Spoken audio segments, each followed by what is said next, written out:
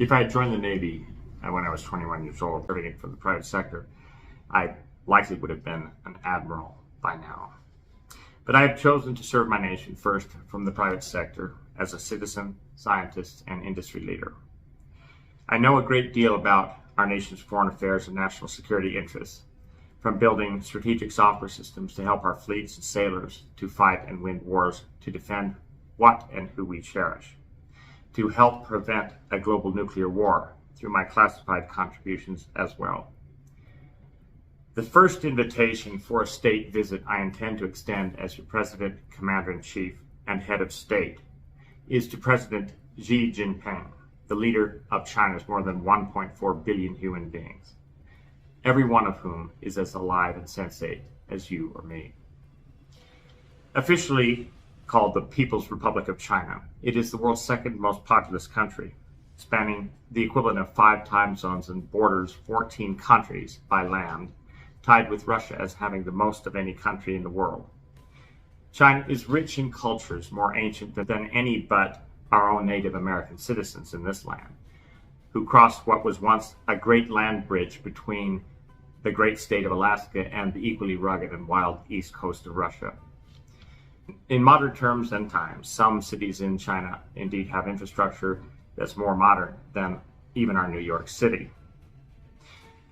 After centuries of civil war that kept its many peoples in war's bloody revolving door, China has been experiencing 3 decades of much-needed, rapidly expanding manufacturing, powered by the technology renaissance, pioneered largely in and by the United States, especially from Silicon Valley, California, where I spent 15 wonderful years of my career.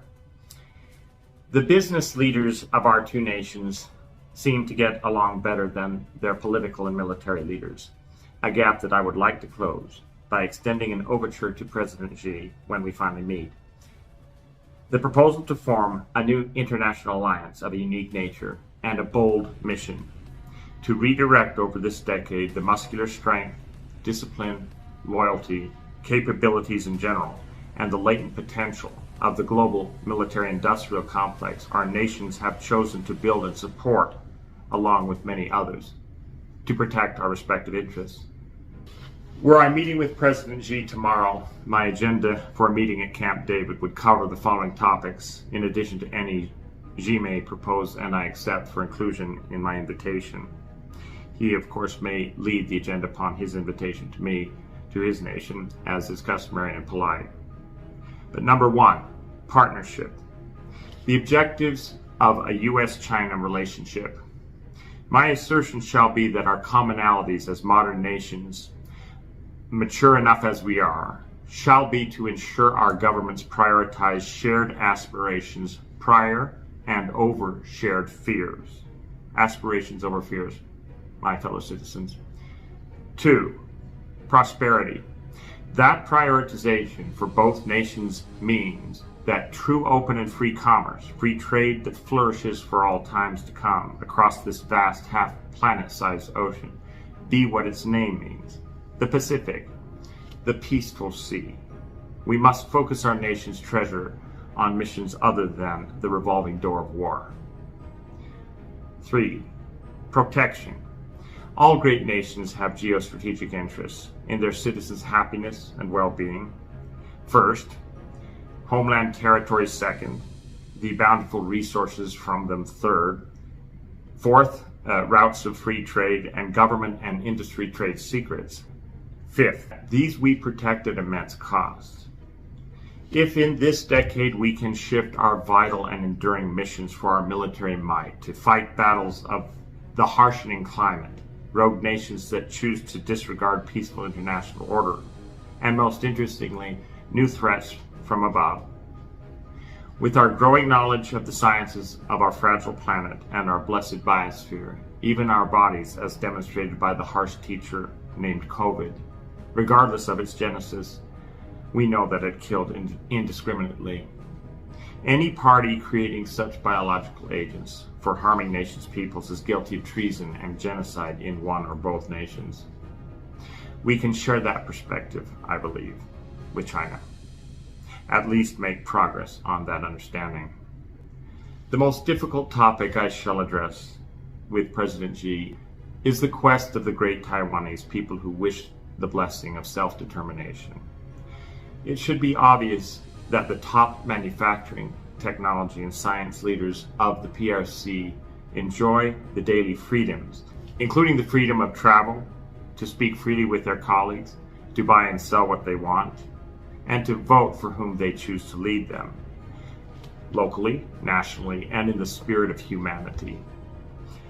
How many worship the teachings of a dear friend of mine, who I helped communicate with the world through a satellite link-up nearly 25 years ago at his temple in Dharamsala.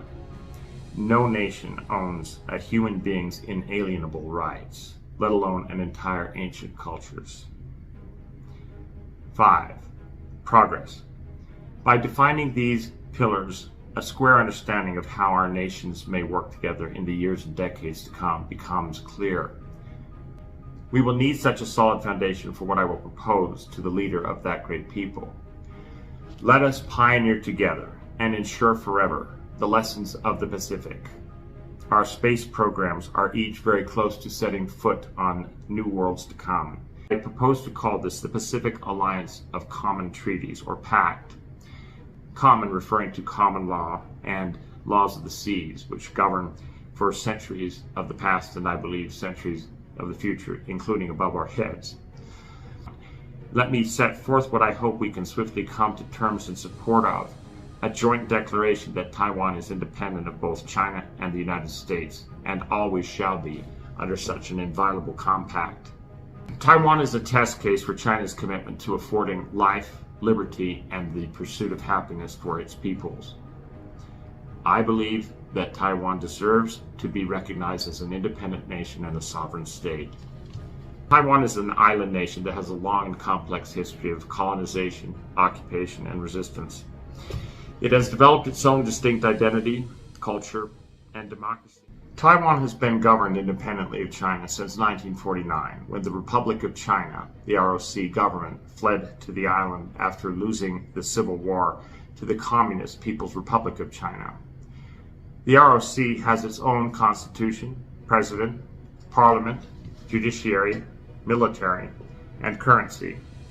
The PRC has never exercised effective control over Taiwan and has no legal basis to claim sovereignty over it. Taiwan is a vibrant democracy that respects human rights and the rule of law.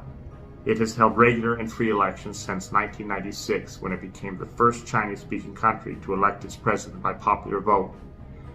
It has a diverse and pluralistic society that protects freedom of expression, religion, assembly, and association. It also has made significant progress in advancing social justice, gender equality, and environmental protection. Taiwan is a responsible and constructive partner in the world, and it has contributed to global health, security, development, and humanitarian assistance. It has been praised for its successful response to the COVID-19 pandemic, which has saved lives and contained the virus. It has also been a staunch ally of the United States and other democracies in defending shared values and interests in the Indo-Pacific region. Taiwan faces constant threats and pressure from China, which seeks to isolate and intimidate the island nation. China has vowed to unify Taiwan with the mainland by force if necessary. It has ramped up its military activities near the island, including by flying fighter jets and warships across the median line of the Taiwan Strait. It has also used its economic and diplomatic clout to coerce other countries not to recognize or engage with Taiwan. Taiwan's status and future are matters of self-determination, my friends, for its people, not for China or any other external power, including the United States, to arbitrate. The majority of Taiwanese people identify themselves as Taiwanese rather than Chinese and support maintaining the status quo or pursuing greater autonomy. They reject Beijing's One China principle and its 1992 consensus formula, which are designed to undermine Taiwan's sovereignty and democracy as a great people. Taiwan is a proud and resilient nation that deserves respect and recognition from the international community. It is not a part of China, nor a bargaining chip in U.S.-China relations. It is a sovereign state that stands for freedom, democracy, and human dignity. I wish to thank you for your time for this briefing. May God bless you, your family, and may God bless the United States of America. This is a message from Joseph P. Firmage.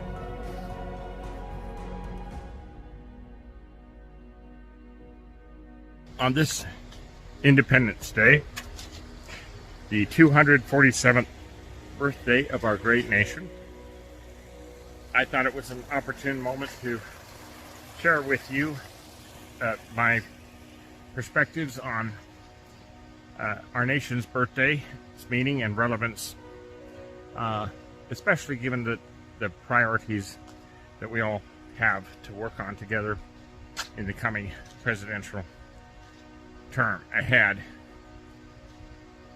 The meaning of the Independence Day celebration is not often celebrated as much as the fireworks and family barbecues, time together, of course. And of course, there's a great deal of patriotism that infuses all of these wonderful celebrations. But for me, it's a celebration of the birth of our nation, particularly its Constitution. The Constitution of the United States is an absolutely staggering accomplishment in the history books of humanity. I seriously believe that not only the finest governing document ever crafted, but it's one that is so well designed, so well architected by the founding fathers, that it is very likely to last for hundreds, if not thousands of years, even as we expand the concept of its application, even to the exploration, colonization, and managing sovereignty of an expanded concept of the United States to include territories above our heads in space. The planetary colonization effort has just commenced, tiptoeing in the waters, you might say. And so I request the currency to make the next leap for humankind happen. Thank you for your time. Let's move. My fellow citizens, my name is Joseph P. Firmage, candidate for President of the United States for 2024. My colleagues and friends, we are witness to a remarkable moment in humanity's economic affairs. Across the globe, we see many symptoms of a crisis of confidence in the future of our economy. And we are daily witnesses now to basically talking heads and indeed leaders of the global economy are seemingly talking down the potential of not only our national economy's robustness and strength and resilience, but also the global economic situation is obviously facing an overcast situation by saber-rattling of nuclear-tipped nations for no good reason. These are very serious affairs, and they require very muscular strength in D.C. at both a governing level, but also at a scientific and technical level of understanding what it is that we're grappling with and why. Approximately a quarter century ago, when I was contemplating the future, my future, as it intersects these types of affairs for the future of my life back then, I assessed that change was in order, a robust change that had to start from within. As a father of the internet economy's first generation, one of many, of course, I had unique insight and privilege at that table into the fundamentals that are driving the current state of global technologically driven economic affairs. The robotic economy has emerged, and the application economy, the apps that you use to get an Uber, Lyft with Cash App for some grub is with us now. The app economy is here. And with that and its robotic extensions in the forms that have been exemplified, for example, by the work of Elon Musk with Tesla, and I mean countless, tens of thousands of new application-driven economic instruments and legal persons, corporations, are among us, and we use them every day, and we power them. So I asked myself back then, what would happen if we were to introduce technologies so efficient, like the remarkable announcement from the Department of Energy earlier this month, just a few days ago now, about the prospects of over-unity electricity generation, or energy generation, more output than in. That is an example of an extraordinary event in human affairs that can fundamentally re-architect the modern economy.